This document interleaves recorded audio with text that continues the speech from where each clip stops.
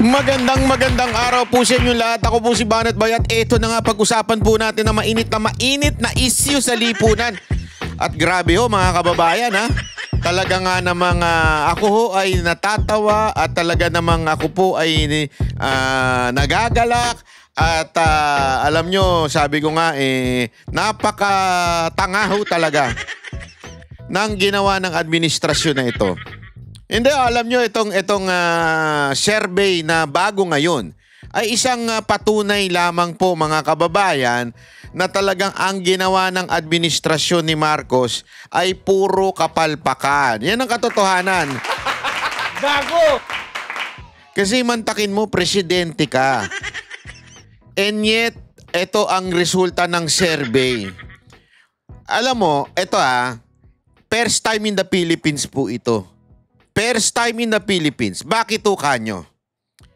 Kasi usually, yung before Duterte mga kababayan, masasabi natin, yung mga presidente noon, bumababa talaga during the midterm o itong kalahati ng taon nila bilang isang pangulo. Pero, ito ang first time. Hindi, nung mga nakaraang taon, hindi umaangat yung dating pangulo. Anong halimbawa ko? Yung kay Pinoy. Halimbawa kay Pinoy. Nung siya ho ay presidente, midterm bumaba din siya. Pero hindi umangat yung nakaraang presidente na si Gloria. Hindi ho umangat. Naintindihan natin? Ibig sabihin, bumaba man si Pinoy noon because bumaba siya because of his performance. Pero walang nagsasabi noon, gusto namin ibalik si Gloria. Walang ganon. Siguro meron iilan. This is the first time, mga kababayan, wherein in the middle of the panunungkulan ni Marcos, sinasabi ng taong bayan, balik tayo doon sa nakaraan. Gusto namin nakaraan, lumayas ka na dyan. Ganon. At hindi lang yun. O sige na nga, kung hindi man yung nakaraan, yung anak lang nung nakaraan. Ganon ka diring-diriho ang mga Pilipino kay Marcos. Di ba? Yan ang katotohanan. Yan po ang talagang katotohanan. Alam nyo, dapat talaga mag-isip ng administrasyon ni Marcos kung bakit nagkaganire. Kung bakit po nagkaloko-loko. Bakit? Marami ng factor dyan. Yung impeachment na nangyari, which is may survey din dyan na ayaw ng mga Pilipino. Hindi lang po yun. Yung illegal, no due process na ginawa nila kay Pangulong Duterte, isa pa ho yun. Di ba? Pero more than that, marami pa. Yung pagtaas ng bilihin, hindi mapigilang bumubulusok na pagtaas ng bilihin. Yung krimen na umaakyat, ang dami po niyan. Kahit i-deny nila ng i-deny. Kahit sabihin nilang fake news. Lahat sila fake news Yan ang sinasabi. Hindi mo madideny yan kasi ramdam ng mga Pilipino yan. Yan yung mga basic needs. Ano yun? Food security, peace and order. Yan ang mga basic needs. Hindi ho nararamdaman ng taong bayan yun. Walang food security. Ibig sabihin, gutom na pagutom ng pagutom. As a matter of fact, kung dati nga, yung sahod, kahit papaano, kinakaya pa. Ngayon, hindi na talaga. Kaya na rin, damay na rin po doon yung peace and order. Marami po tayong nakikitang mga krimen, dahilan ng mga lintik na kriminal, hindi kasya at kailangan nila ng pera. Pampagamot. Mantakin mo sa nakakita na walang health system na matino na bansa. Tayo lang yun. Tsaka yung mga Timbuktu siguro. At tsaka yung mga mahihirap na bansa. Tayo at mahihirap ang bansa. Yan yung mga walang health system. Mga kababayan, kung walang health system, ano pa ang mangyayari sa Pilipinas? Siyempre, maghihirap lalo ang mga Pilipino. Mantakin mo, sobrang mura na nga ng junk foods. Hindi, ito kung dati, di ba, ang usap-usapan dyan, kakain ka, pag mahirap ka, ito, itong panahon namin yung panahon pa namin, pag ikaw kumain ka ng tuyo, mahirap ka. Kumain ka ng galunggong, mahirap ka. Ngayon, hindi na. Mayaman ka pagka nakakain ka pa ng galunggong. Pag nakakain ka ng tuyo, mayaman ka pa. May pera ka pa kahit papaano. Di ba? Ano na pagkain ng mga mahihirap ngayon? Pansit Canton, ihahalo sa kanin. Asin, ihahalo sa kanin. O kung hindi kaya yung pagpag ni Bambam. Pagpag ni Bambam, naalala nyo? O, yun. Yun ang ipakakain sa mahihirap. Di ba? So, ano ibig ko sabihin? Talaga naman yung quality of life bumagsak within 3 years. And, ramdam ho ng mga Pilipino yan. That's why, bumaba talaga ang ratings ni Marcos. Dagdagan mo pa ng mga abusadong politiko. Dinagdag mo pa yan, di ba? Alam naman natin, basta kalaban, pinag-iinitan nila. Akala kasi nila nakakalamang sila dun eh. Nakikita ng taong bayan yan.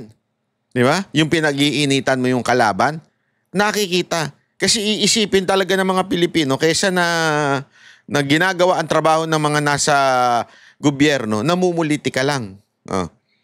Halimbawa, palala ng palala yung flood control. Di ba? Yung issue ng flood control, palala ng palala. Kaya tuloy, baha ng baha.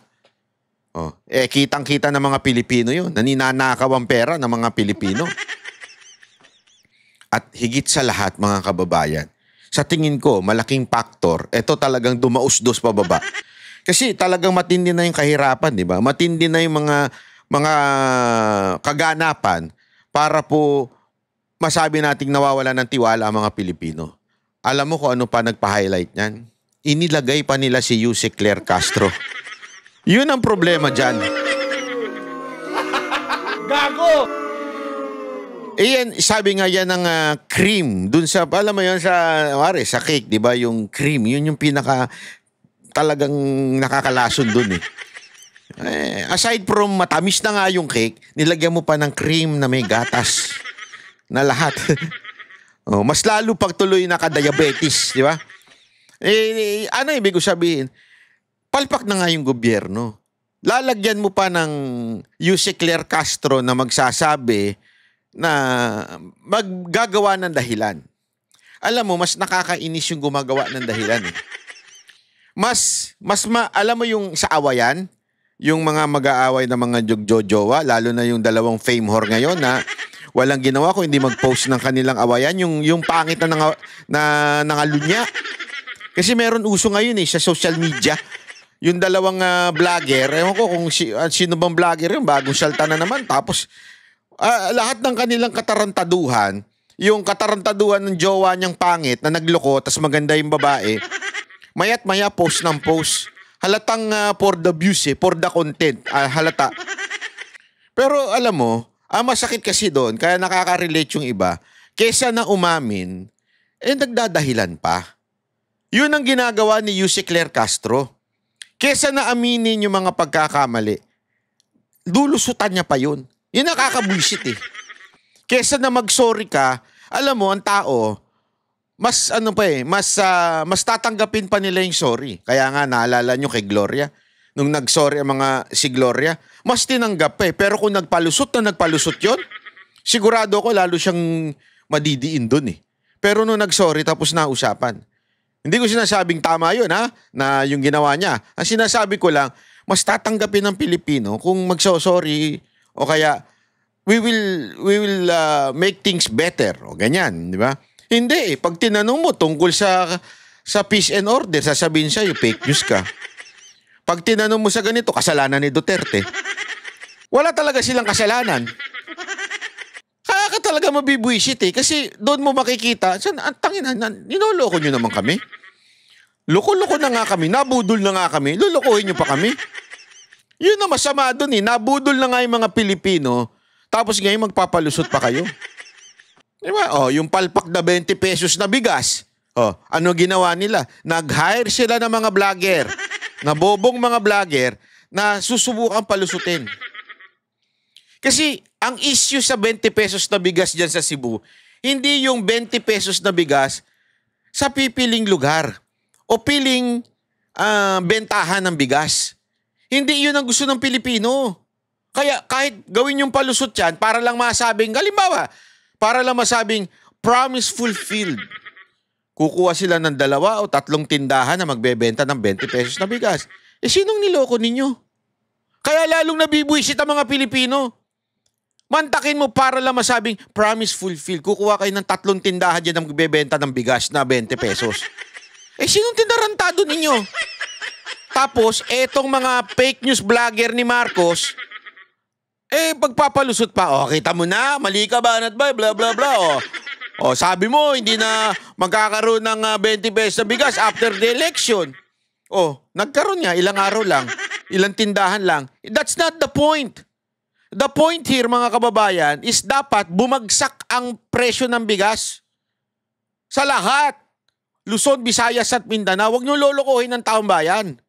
Kaya nabibuisit lalo sa inyo mga Pilipino, niloloko ninyo eh. Naloko na nga sila, lulukuhin nyo pa. Diba? Yun ang problema mga kababayan. Kaya tuloy busit na mga Pilipino. Kaya ngayon bumagsak lalo ang rating ni Marcos. That's the truth, diba?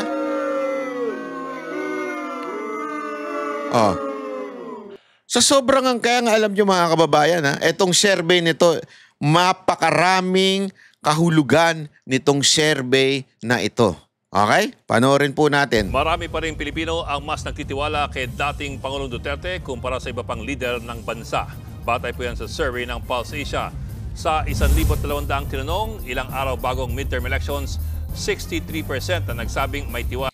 Ano daw? Is this a survey after the election? No. Is this a survey during the election? No. Is this a survey before the election? Yes. I therefore conclude. Isa sa meaning ng survey na ito mga kababayan, that people will vote for the endorsement of VP Sara Duterte and Rodrigo Roa Duterte. Kasi alam mo, eto pa lang mga kababayan, kung titignan mo, kasi hinati po yan di ba? Ibig sabihin, tinanong na yan ang 3 pangalan na inilagay. Kaya naman ay hindi natin alam kung what kind of o what form of question ang ibinigay nila. But the point here, 2 ang Duterte dyan. Ibig sabihin, kahit pa paano may mga nagsabing may tiwala ako kay VP Sara Duterte o meron nagsabing may tiwala ako kay Rodrigo Roa Duterte pero wala akong tiwala kay VP Sara Duterte. Maaaring may ganon. Hindi ko sinasabing ganon pero maaari. But the point here, 32% lang. Si Marcos mag-isa lang. And yet 32% lang. Etong mag-ama, 2 pa sila. So ibig sabihin, sa totoo lang, kung ang question ay between Marcos and Duterte, I think mas mataas pa siguro ang matatanggap ng Duterte. Baka 20 na lang yan si Marcos. Ayun sa tingin ninyo. Di ba? Pero sige, for the sake of scientific explanation, sabihin na natin, 63% si Pangulong Duterte at 32% si Bongbong Marcos.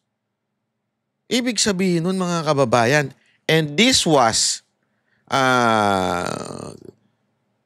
survey, this survey was before the election. So ibig sabihin po, malaki talaga ang chances na nanalo ang Duterte. Hindi man lahat. Hindi natin masabi makukonclude na lahat nanalo sila. Most likely, majority dapat. Maaring hindi na pumasok yung mga in-endorse ni Marcos. Kasi dyan pa lang before the election yan tinanong na, sino mas gusto ninyo? Sino mas tinagkakatiwalaan ninyo? Sa nino kayo tiwala, tandaan ninyo, trust rating ito, tiwala ito ng taong bayan. So ibig sabihin mga kababayan, mas may tiwala sila sa endorsement ni Rodrigo Roa Duterte kesa kay Marcos. As a matter of fact, si Rodrigo Roa Duterte o si Tatay Digong, talagang sinabi niya, iboto nyo tong Duterte o kalimutan nyo na lang ako. Ganun lang kasimple. Iboto nyo tong Duterte o kalimutan nyo na lang ako. At ladies and gentlemen, nakakulong pa po yan.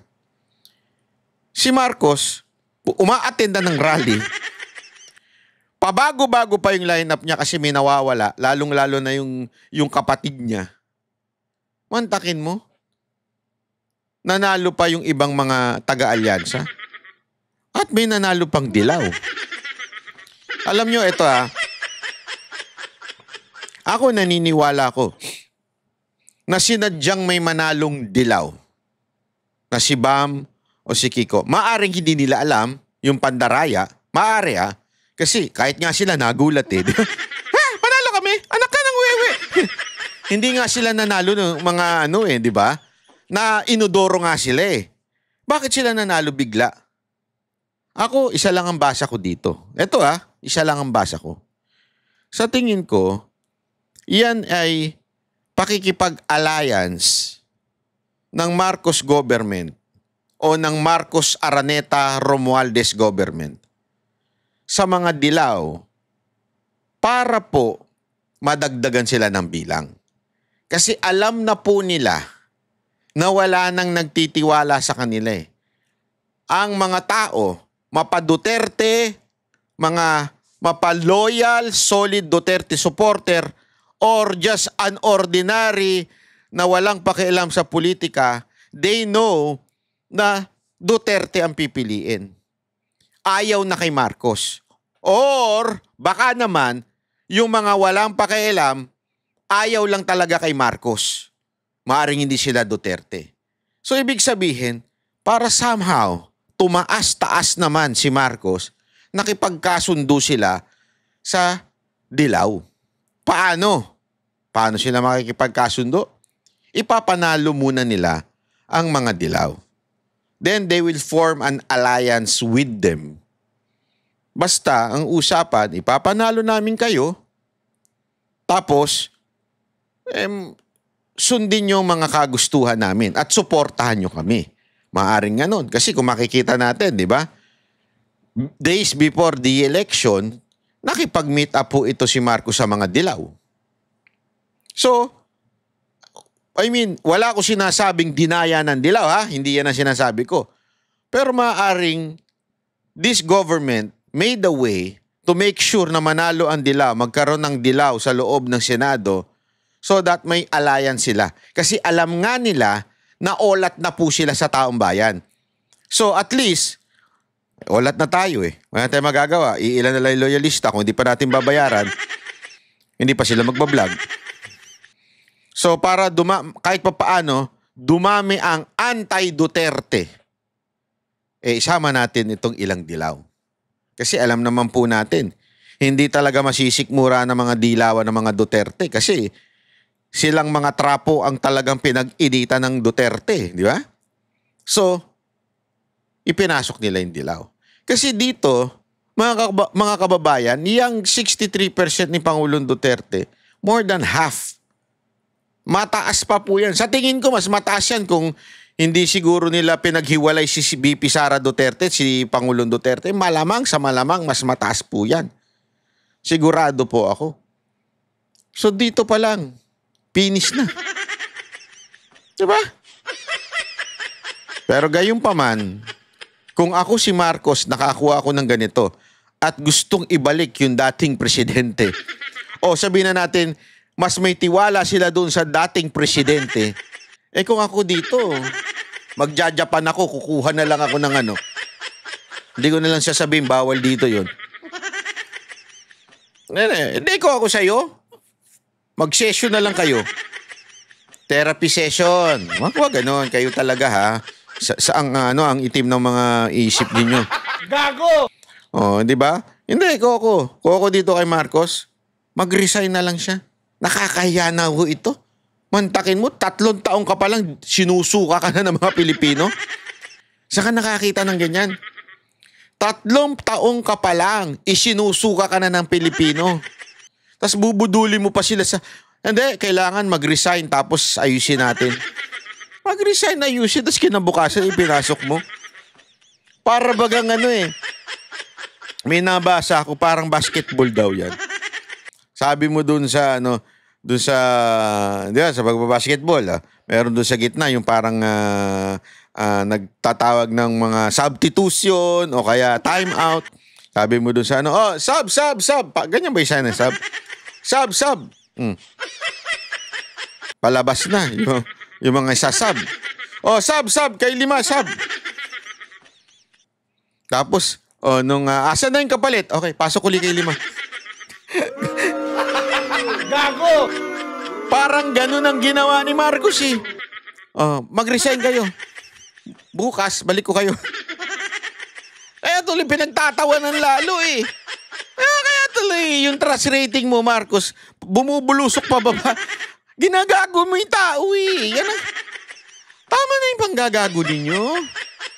Tama na yung pambubudol ninyo sa mga ganyang optics nyo. Hindi, we need to change the government and focus on sa mga pangangailangan ng taong bayan at wag na ang politika, bla bla bla bla bla bla.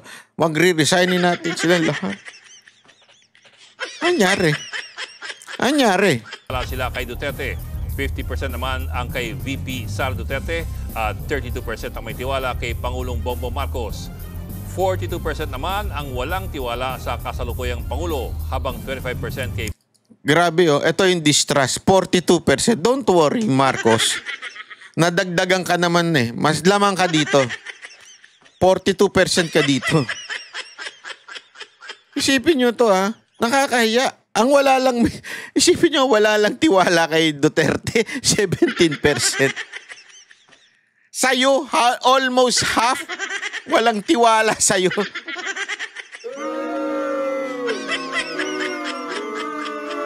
Kung ako presidente talaga, hindi, I mean, kung hindi makapal ang mukha ko, kunwari ako bilang presidente, hindi makapal ang mukha ko, di ba? Nakatanggap ako ng ganito, tayo na magre-resign ako. Wala na akong mukhang ihaharap eh. Magre-resign na lang ako.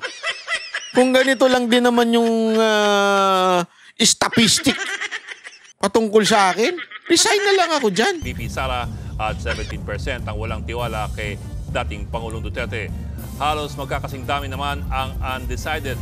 27% kay PBBM, 25% sa kasalukuyang vice at 20% naman sa dating Pangulo. Tinanong din ng mga respondents kung sang-ayon ba sila o hindi sa paghain sa Senado ng impeachment laban kay VP Sara Duterte.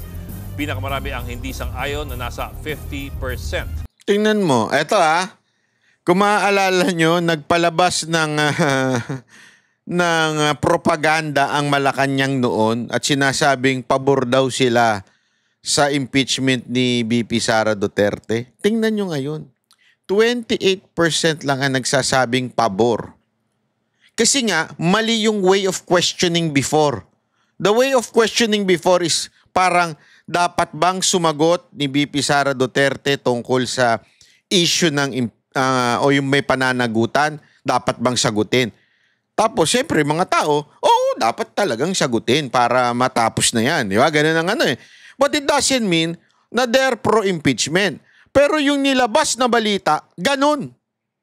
Pro-impeachment ang mga Pilipino. Gusto nila ma-impeach si VP Sara Duterte. Kasi nga, balita yun ng sariling network ng gobyerno. Naturalmente, ganun ang packaging nila. Ito, lumabas ngayon ito, 50% ayaw sa impeachment. Diba? At ilan lang ang may gusto, 28. The rest, wala silang pakialam. Hindi, kasi alam mo, ugali talaga ng Pilipino yan. Ano ibig ko sabihin? Alam mo, yan 21% na yan, at saka yung 1%, ayaw, ayaw din nila. Ano ibig sabihin ng ayaw din nila? Parang, wala kaming pakialam dyan. Hindi namin yan, hindi namin gusto, hindi namin concern yan. Di ba? Kaya nga hindi namin alam kung mag-agree kami o disagree. O hindi namin alam yan. Sa madaling salita, dapat lang tingnan talaga dito ay yung 28%. 28% na masasabi mo, gusto namin ma-impeach si Inday Sara Duterte.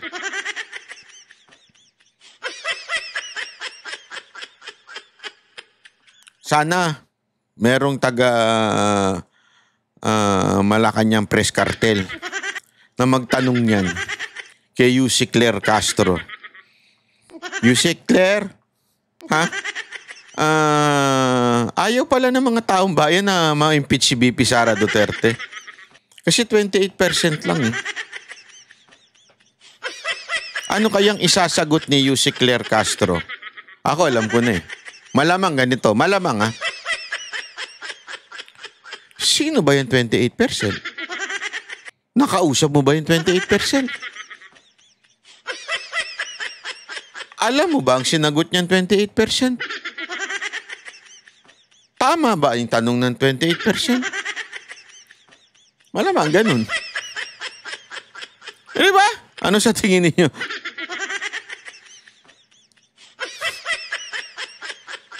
Di ako talaga, kung di ba, alam naman natin na gusto natin na mabago yung mga sekretary. Ako, ayoko mabago si Yusek Claire. Parang awa mo na, BBM Parang awa mo na, Marcos. Parang awa mo na, Bongbong. Huwag mong tatanggalin si Yusek Claire sa kanyang trabaho. Please, she is doing her job.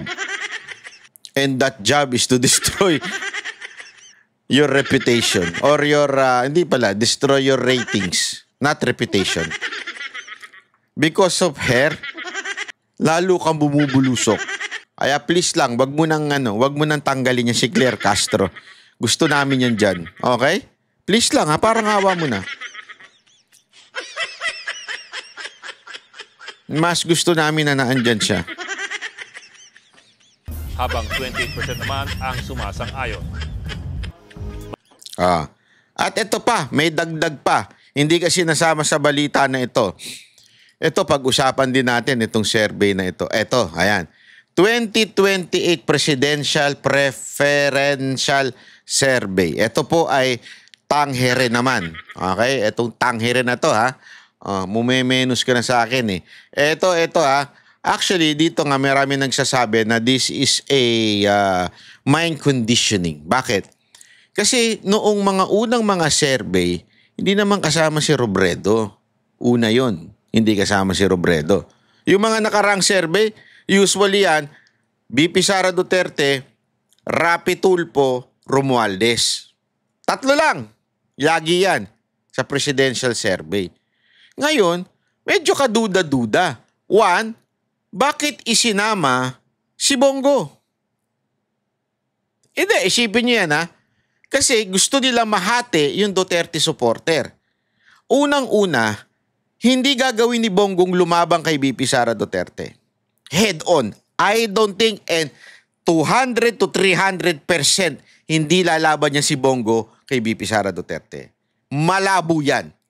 Alam niyo kung bakit. Naalala niyo nung panahon na dapat tatakbong BP si Bongo tapos ang inaay na tumakbong presidente si Sara Duterte noong 2022. Ano ginawa ni BP Sara Duterte? Bumaba siya bilang vice. Tapos ano ginawa ni Duterte? Inangat si Bongo. Sinabi niyan tumakbo kang presidente. And ladies and gentlemen, I was there. I was there when Senator Bongo, me, and the President and Executive Secretary Melda Dea nag-usap-usap. Nandun po ako. They were trying to listen to the voice of the people. So they asked me. Alam mo, ako po personal, narinig ko kay Pangulong Duterte, Bong, takbo ka, Presidente. Narinig ko po yun. Kaya nga po, tumakbong unang ginawa ni Bongo, hindi na siya. Winidraw niya yung pagba-Vice President kasi nga tumakbo si Sara na Vice President. Winidraw niya. Hindi siya lumaban. Pangalawa, isipin niyo yun Vice President pa lang yun, hindi na siya lumaban. Pangalawa, si Pangulong Duterte na mismo ang nagsabing tumakbo ka bilang Presidente. So nagsagbit ng candidacy si Bongo.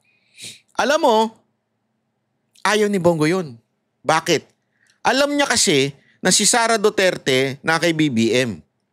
So unit team sila. Ayaw ni Bongo kasi babanggain niya yung will o yung ini-endorse ni Sara Duterte. Ini-endorse lang yun Ayaw banggain ni Bongo. As a matter of fact, in my own eyes and ears, narinig ko at nakita ko na pinagagalitan ni Pangulong Duterte si Bongo. Harap-harapan. Bakit? Kasi nga, sabi ni Bongo, aatras na lang siya. Kasi ayaw niyang magkaroon ng head-on collision sa UNITEAM. Kasi in-endorse ni Sara Duterte. Alam mo, pinagalitan ni Pangulong Duterte si Bongo. Sinabi niya, bakit ba? Ako naman ang mag-endorse sa'yo. Ako ang ayoko maging presidente yan si Marcos. I was there. Kaya kailangan kang tumakbo bilang presidente. Tapos paulit-ulit na sinasabi ni Bongo, parang bata siya na nakikiusap kay Pangulong Duterte. Ayoko makabangga yung kapatid, yung anak mo. Ayoko kasi in-endorse. Ano ba? Ganun sila? Sasagutan sila? Naririnig ko yun, mga kababayan. Sobrang hindi babangga ito si Bongo kay Sara Duterte. Kaya etong pautot nitong 2028 presidential survey, bakit isinama dyan si Bongo? Hindi babanggain ni Bongo si Sara Duterte na presidente. Malabo yan. Mas malabo pa yan sa jowa ninyo na naglolo ko. Alam niyo kung ba't nilagay dyan si Bongo? Para mahati yung mga Duterte supporter. Para bumaba si Sara Duterte kahit papaano at medyo pumantay si Leni Robredo. Para ang dating match. Yeah? Kasi konti lang ang difference. Pero mga kababayan, tanggalin mo dyan si Bongo, sigurado ko, mapupunta yung 50% ni Bongo kay Sara Duterte. So, lalawak ngayon. Para lumiit, nilagay nila si Bongo para lumiit yung Pero kung wala yan, talaga malaki yan. Ibig sabihin, ladies and gentlemen, the reality is napakataas ni Sara Duterte sa presidential survey. Kung panahon nga noon, mataas na siya and hindi pa nakita yung kamandag ni BP Sara Duterte, lalo na ngayon, nakita yung tapang at kayang pumalag ni BP Sara Duterte, sigurado ako mas mataas ngayon. Kaya katarantaduhan po, pasensya na po kung sino man ang gumawa ng survey na ito, I think this is wrong. I think this is wrong na isinama si Bongo. At out of nowhere, Leni Robredo biglang pumasok.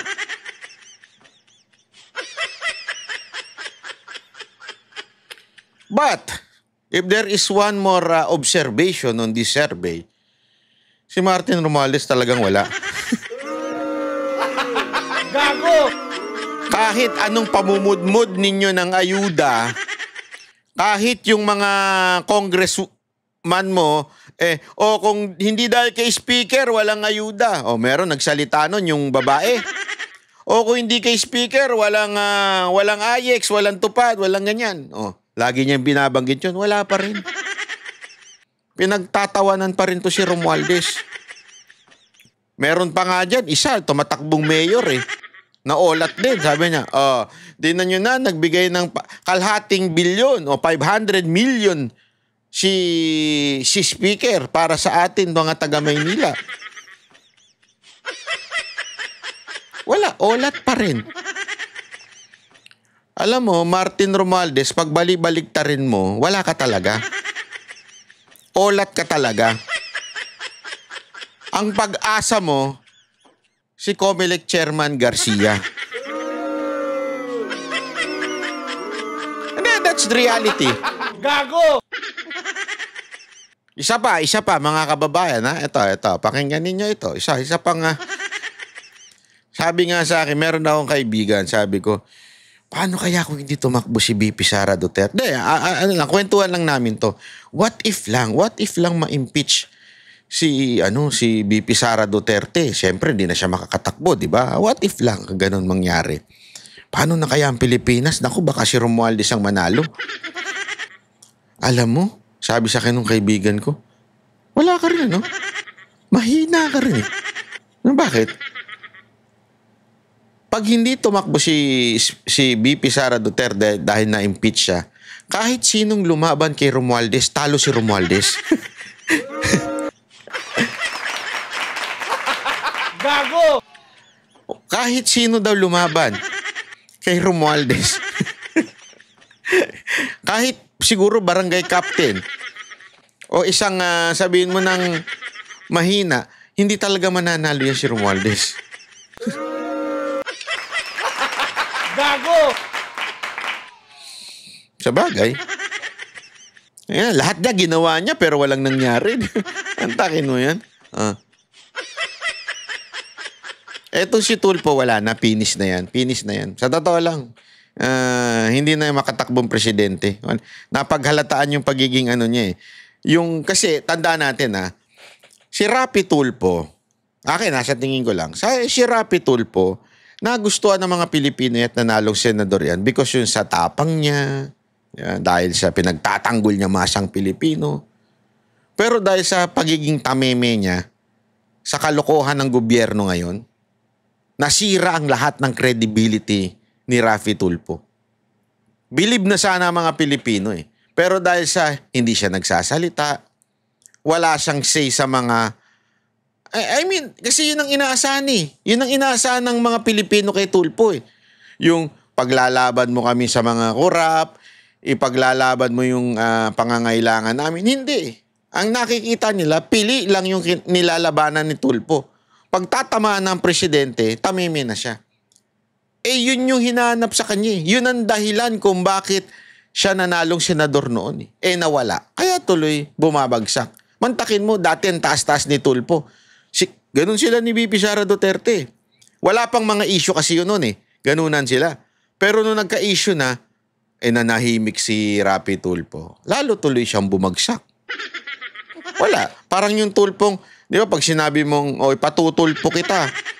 Para mo talaga sinabing, lagot ka, yari ka, tulpo ka ngayon, tulpo. Parang nawala na eh. Nawala na yung charisma na ganun eh. Di ba? Nawala na yung ganong klaseng, ngayon, pag sinabi mo ipapatulpo kita, wala nang effect eh. Parang, hindi mo naman ako kaya kasi bata ako ni Marcos. Ganun. Ganun lang yun eh. Di ba? Tingnan naman natin yung Vice President. Ito naman yung Vice President. Out of nowhere, biglang lumabas si Bam Aquino. Kaya itong tanghere, itong survey na ito, mukhang meron talagang ipinapasok. By the way, parang hindi ko nakita sa presidential si Ontiveros. Kawawa naman si Ontiveros. Sabi niya nga, bukas siya na maging presidente, presidential candidate ng Pinklawan eh. Ba't ngayon biglang nawala siya dyan? Hindi kaya ang nagpalabas o nag-commission nito ay kampo ni Robredo? Ako nagtatanong hindi ako sure dyan. Kasi parang ayaw niya mapasok si Ontiveros. Pero sa bagay, Vice President nga, kita mo naman, 6% lang. Di ba? Actually, dito perfect. Perfect po si Bongo dito, Vice President. Eto na yun. Siyempre, hindi na makakatakbo si VP Sara Duterte Vice President. Di ba? So, siguradong tatakbo na, sa tingin ko. Kasi una-una, sabi nga nila, yung nagna-number 1 sa Senate ng 2019, midterm election, yung usually nagna-number 1 and 2, yan ang tumatakbong Vice President or President. Kita naman natin, world record, yung botong nakuha ni Bongo sa pagiging senador. At paano mo mararamdaman yan? Dumadami ang fake news laban kay Bongo. Ngayon, may fake news pa na pinag-aaway nila si VP Sara Duterte at si Bongo. Ginagawa nila ng issue. Huwag nating sakyan yun, mga kababayan, They are trying to divide the Duterte supporter by creating a friction between Bongo and VP Sara Duterte. Sa tingin ko, yan ang perfect combination Dugong di ba? O dugo, di ba? Anong dugo? Yung bloodbath, di ba? Ibig sabihin, Duterte, Bongo, dugo. Ayan ang sa tingin kong perfect combination eh. Parang awa naman. Wag naman duga. Anong duga? Ang gulo mo banat ba eh? Hindi, mas gusto, dapat talaga tayo mga Duterte supporter. Yung tunay ha, yung tunay. Kasi may mga hindi eh. Dapat dugo ang ating kandidato sa 2028. Hindi duga. Ano yung duga? Duterte at mangga.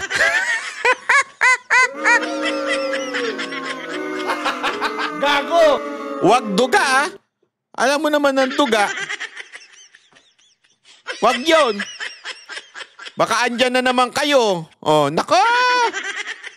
Senator Bongo ha, this time wag ka nang umatras sa Vice President ha.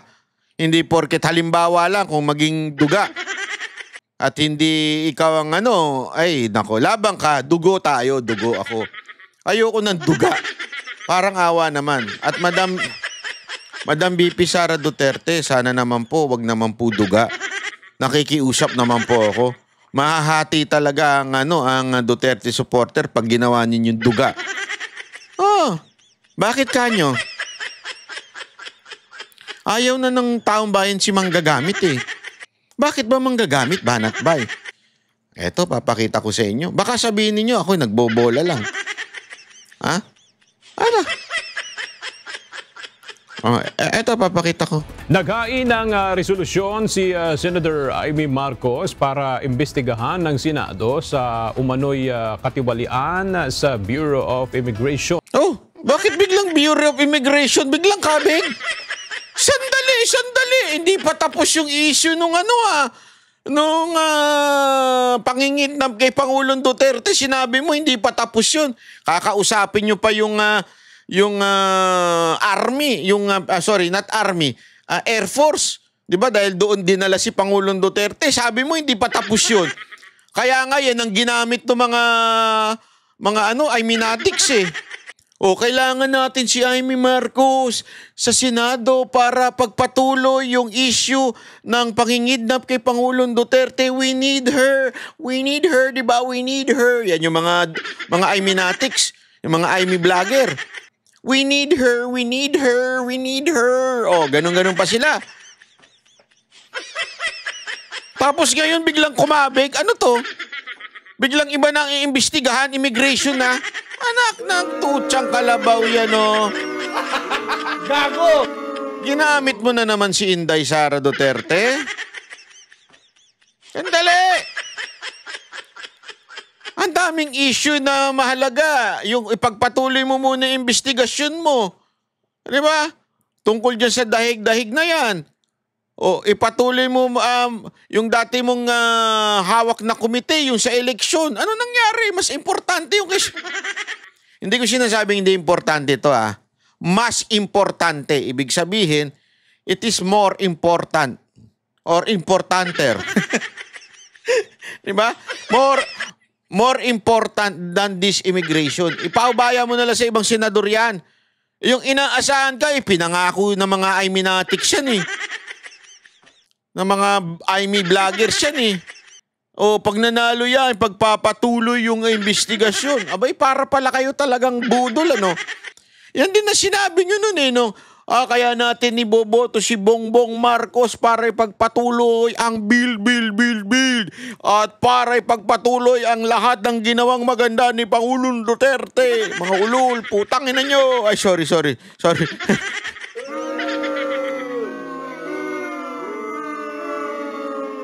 Oh, tapos, hindi naman pinagpatuloy. Ayan na naman kayo ngayon.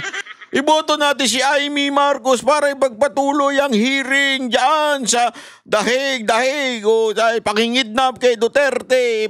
Iboto natin si Amy dahil si Amy lang ang nagsasalita tungkol dyan. Gago!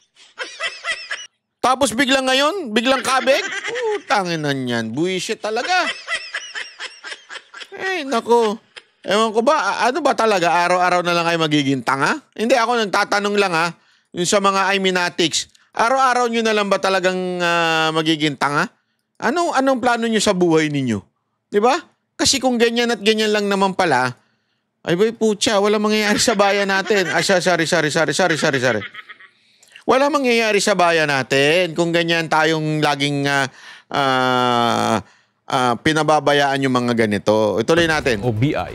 Partikular na sa proseso ng pagpapalawig ng tourist visa ng mga foreign national. Ayon sa resolusyong isinumite ng senador, may price menu umano ng service fee para sa mga nag-a-apply ng tourist visa extension na umaabot ng 15,000 hanggang 70,000 pesos. Binalikan din ng mambabatas ang mga naunang kaso ng katiwalian sa BI tulad Nabalik ka. Tanginan niya. Tanginan niya na. Hindi gusto namin tanginan niya, ha. Tanginan niyan. Okay? Linawin ko lang kasi it's an expression, it's not directed to her. Okay? Ang ibig ko lang sabihin, mga kababayan, ito, simple lang to eh. Kaya niya palang balikan yung mga kaso noon para imbestigahan. Ito recent lang eh. Recent lang yung issue tungkol dito sa pangingidnap kay Pangulong Duterte. Hindi mo binalikan? Iniwan mo na kagad? Mahilig ka pala manggos? Sa bagay. Ano nyo na yan? Ano na, ang tawag dito, ano nyo na yan? Tatak nyo ng mga Marcos yan. Mangga. Kaya mga kababayan, maging ano tayo, ha? Maging, tayo po ay maging mapagmatsyag. Kasi niloloko ho ang mga Pilipino. Tapos, okay lang tayo ng okay. Kasi nga, nagpapaniwala kayo sa mga vlogger na, ito nga magkadiretsuhan nga tayo. Magkadiretsuhan nga tayo mga kababayan. Nabudol na kayo nun. Nung mga vlogger na ikinampan niya si Marcos. Hindi nyo alam kung bakit nila ikinampan niya. Ayoko na lang sabihin dahil wala rin naman ako may papakitang ebidensya sa inyo dahil wala namang ebidensya ang bayaran. Diba? Pero, wag naman kayong tanga. Ganyan na naman ang ginawa ngayon. Hindi ko sinasabing bayaran sila, pero obvious naman. All of a sudden, they become Iminatics. All of a sudden, die hard na sila na Imi. Wag naman po tayong tanga. Maniniwala pa rin tayo sa mga vlogger na ganyan. Binudol na nila kayo noon. Uulitin nyo na naman ngayon. Alam mo, kasalanan na natin eh. Kasalanan na natin kung bakit nagkakaroon ng katarantaduhan ng bayan natin. Dahil, ayan ay napaka-obvious na. Pinaniniwalaan pa rin po natin. Napaka-obvious na po yan. Hindi nga ho nila pinag-uusapan ang issue ng dayaan o election fraud. Alam nyo mga kababayan, there is really,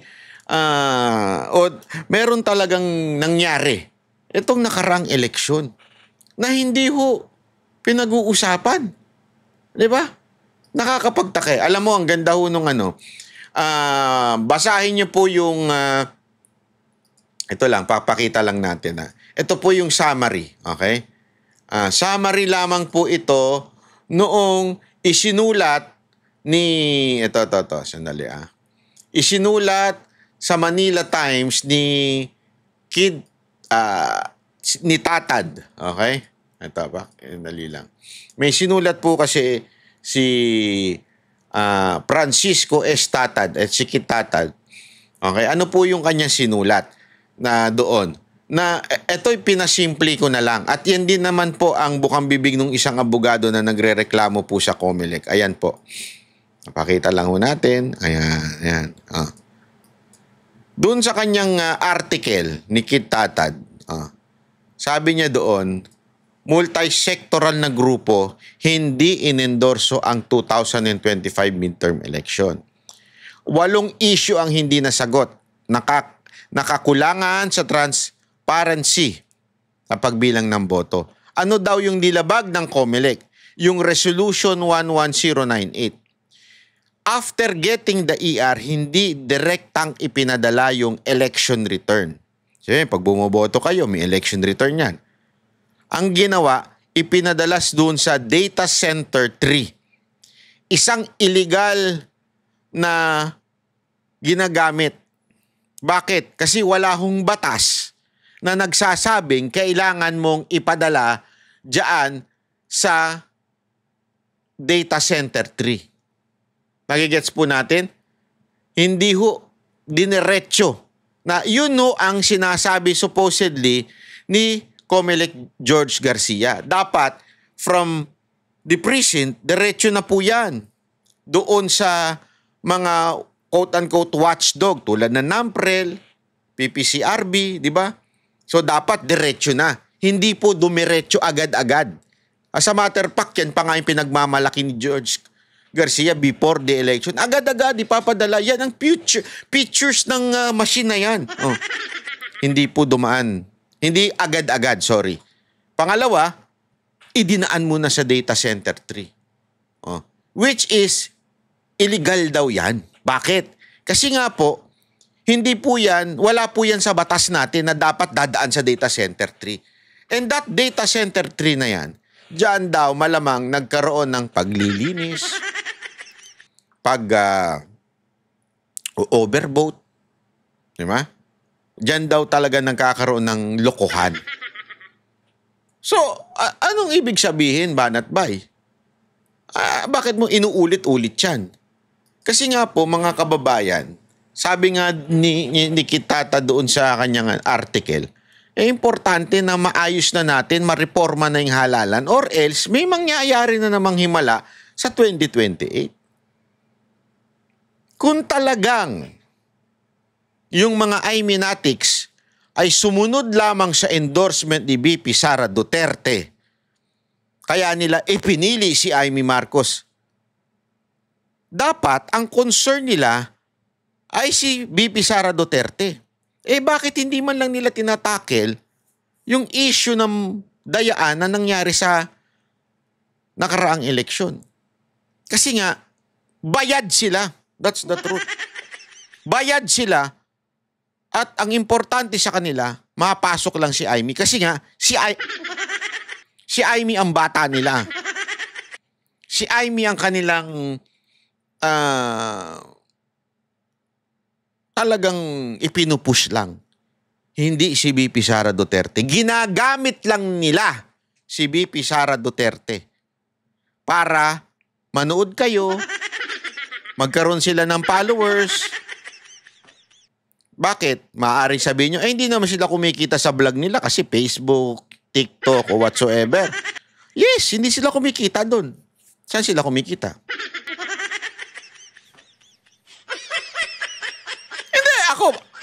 I am proud na kumikita ako sa YouTube. Nagbabayad ako ng tax sa YouTube. Magtaka kayo kung hindi ako kumikita sa YouTube. Saan ako kumukuha ng pera? Pambili ko ng kapritsyon sa buhay.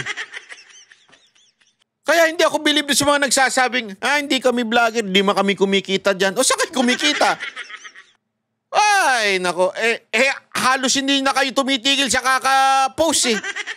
Ibig sabihin, wala na kayo ibang buhay kung hindi social media, pero hindi kayo kumikita dyan, tsaka kayo kumikita.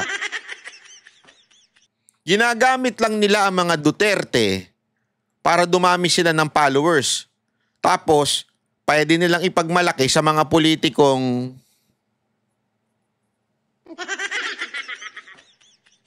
kukuha sa kanila.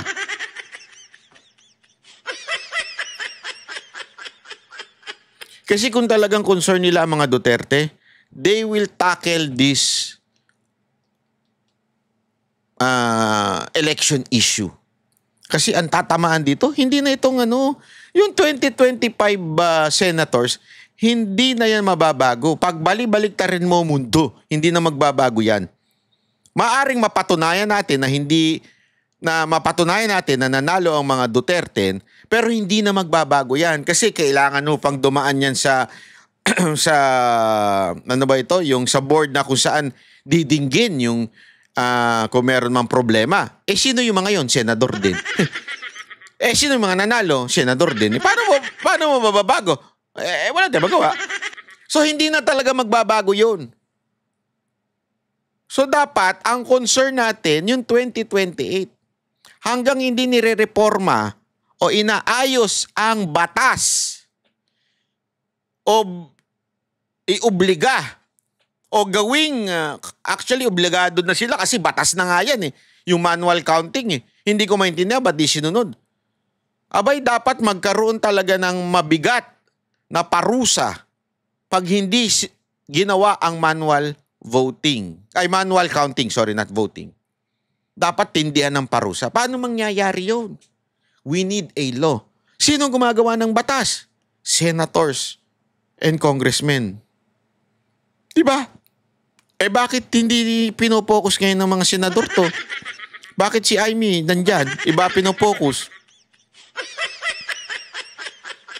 So yung mga, sorry to say bato-bato sa langit ang tamaan, tanga. Yung mga Iminatics na vlogger, hindi talaga sila concerned kay BP Sara Duterte. Ginagamit lang nila. Magising na kayo, mga Duterte supporter. They are just using you so that makasingil sila sa mga kliyente nila. Sorry but that's the truth. Tamaan na kayo kung tatamaan kayo. Yan ang totoo. Nakakalungkot, pero kung meron tayong mga ganyang kasamahan, tangina, dapat iwan nyo na yan. Totoo, dapat iwan nyo na yan.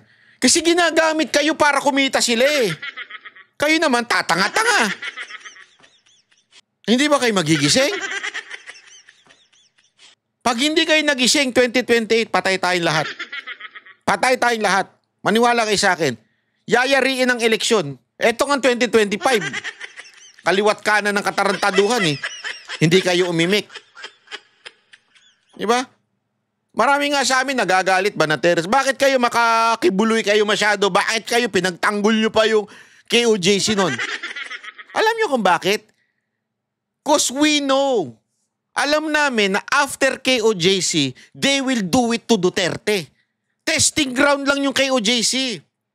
Pagkatas ng KOJC, kanino ginawa? Sa buong Davao. Pagkatas ng Davao, kanino ginawa? Kay Duterte.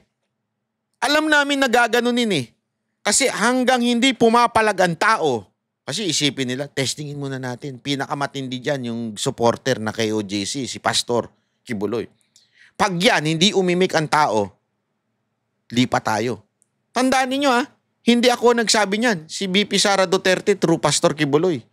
Sinabi, winarningan ni BP Sara Duterte si Kibuloy na sinabi niya, uunahin ka, gugurgurin ka muna, tapos ako i-impeach, tapos si Duterte, si Tatay Digong, dadalin sa ICC. Ilang beses namin sinabi yan, hindi kayo naniwala. Akala ninyo, pinagtatanggol lang namin ang KOJC because we are part of SMNI. No!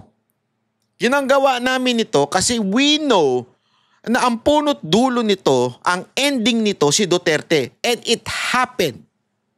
Nangyari. Ano yun? Waalapastangan sa batas natin, hindi binigyan ng due process si Pangulong Duterte. Bakit? Ganon ang ginawa sa KOJC at kay Pastor Kibuloy. Ayaw niyong maniwala. Akala ninyo, dahil nasa SMNI lang kami, kaya namin pinagtatanggol lang KOJC. Hindi ho. Big picture ang tinitingnan namin ngayon. Andyan na naman kayo, sasabihin ninyo, pinagtatanggol lang namin kasi natalo si Kibuloy. Hindi. Ang daming natalo Attorney Vic. Napakaano niyan. Si Jimmy Bondo, attorney, ang dami ho. Lahat ng abogado, natalo. Except si Marcoleta. Bakit namin ginagawa ito? It's not because we want na mapasok pa si Kibuloy. Hindi. Dahil kami mga taga-SM na hindi. Sinasabi namin ito kasi alam namin that something will happen on 2028. Do you think etong mga lulong, hindi sa droga pero pwede na rin. Hindi siya droga. Lulong sa kapangyarihan at lulong sa pera, maniwala kayo, 2028, they will use their power, money, para matalo si BP Sara Duterte at para magpatuloy ang kanilang maitim na balak. Tuloy-tuloy yan. It will be Marcos Romualdez, Marcos Romualdez. And believe me, part doon ang sister.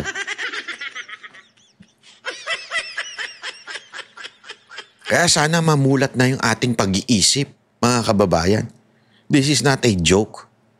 2028, malapit na po yan. 2 taon na lang, simula na ang kampanya sa presidential election. Gagawin nila ang best nila para mawala si VP Sara Duterte. We do not know how. Tandaan ninyo, si VP Sara Duterte na mismo nagsabing may banta sa buhay niya. Ako kinakabahan Bakit? Kinakabahan talaga ako. Honestly. Kasi VP Sara Duterte siya ang siya lang ang hadlang para magpatuloy etong gobyernong ito. And, ladies and gentlemen, based on history, they will remove anyone that will hinder them based on history. Mga kababayan, kung hindi madaan sa impeachment, delegates to si VP Sara Duterte. Delegates to. Maniwala kayo sa akin. Kaya nga ngayon pa lang, dapat ayusin na natin yung election. Whatever happened, the election must be the real will of the people. Kasi yan ang laban lang natin Sabihin ko sa inyo, madaling magkaloko-loko na yan. Kasi mahirapan sila pag si VP Sara Duterte. Bakit? Kasi ang taas na po ni VP Sara Duterte dito. Remember, pag pinagsama mo si Bongo at si VP Sara, ang taas niya na po dito. Etong 21 at saka itong si Rapi Tulfo, madaling pabagsakin yan. May 3 taon sila para diskartihan yan. Pera, kayang-kaya yan. Di ba? Kapangyarihan, kayang-kaya yan. Mababa pa yan. Kaya yan.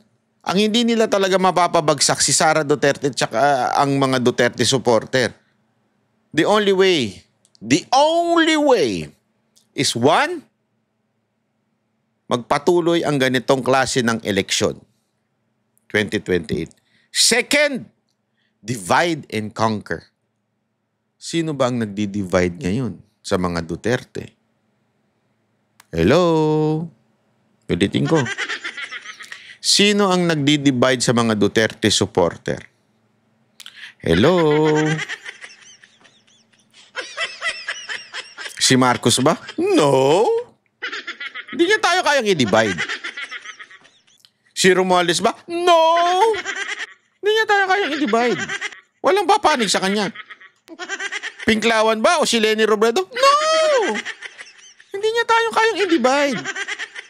Wala nang may gusto dyan. Inuduro na yung mga yan Sino? Yung papasok sa loob ng mga Duterte at yung manggagamit sa mga Duterte. At sinong gagamitin nila? Iminatics vloggers. Gago! Kaya, you better watch out, you better not cry. Tatay Digong is coming to town. Ayun! Hay nako mga kababayan. Sana po ay magising-gising na po tayo dahil umaga na, alas 5 na, alas 6 na pala ng umaga, hayop. Alas 6 na, akala ko alas 5 pa lang. Hindi, alas 6 na umaga ko to ginawa, upload ko ng alas 7. Maraming salamat po. God bless everyone.